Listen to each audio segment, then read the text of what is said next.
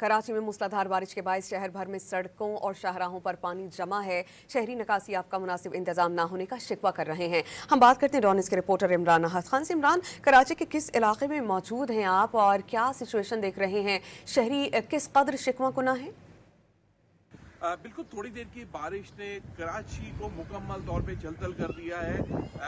मरकजी रोड की बात करें या गली कूचों की बात करें, हर जगह हमें बारिश का पानी जो है वो नजर आ रहा है। अगर हम गली कूचों की बात करें तो टाउन और यूसी की तरफ से रेड इमरजेंसी लगाई गई थी, कैंप भी लगाया गया था, मगर जैसे ये बारिश हुई तो उसकी निकासी के लिए कोई इकदाम होते हुए नजर नहीं आए। जो जनरेटर लगाए हुए होते हैं, मशीनरी होती है जो पानी को निकाल के सेवरेज के नालों में या दीगर जगहों पर डाला जाता है बारिश का पानी, उसके हवाले से भी कोई इकदाम या कोई मशीनरी हमें नजर नहीं आई। जबकि टाउन की सतह पे हमें जरूर नजर आए कि उन्होंने मुख्तलिफ जगह पे कैंप्स लगाए हुए हैं, मगर अमली तौर पर जिस अंदाज में पानी की निकासी के लिए करने चाहिए थे इकदाम वो नहीं किए। जबकि मरकजी रोड की बात करें, हम शार फैसल की बात करें या हम शार पाकिस्तान की बात करें या नागन चुरंगी की बात करें, मलीर की बात करें, तमाम की तमाम जगह सूरत हाल एक जैसी है। वहां पर पानी मौजूद है, गाड़ियां तक उसमें फंस गई हैं, मगर इंतजामिया जो होती है, डिप्टी कमिश्नर की बात करें, असिस्टेंट कमिश्नर की बात करें, टाउन की बात करें, यूसी की बात करें या केएमसी की बात करें या सिंध हुकूमत की बात करें,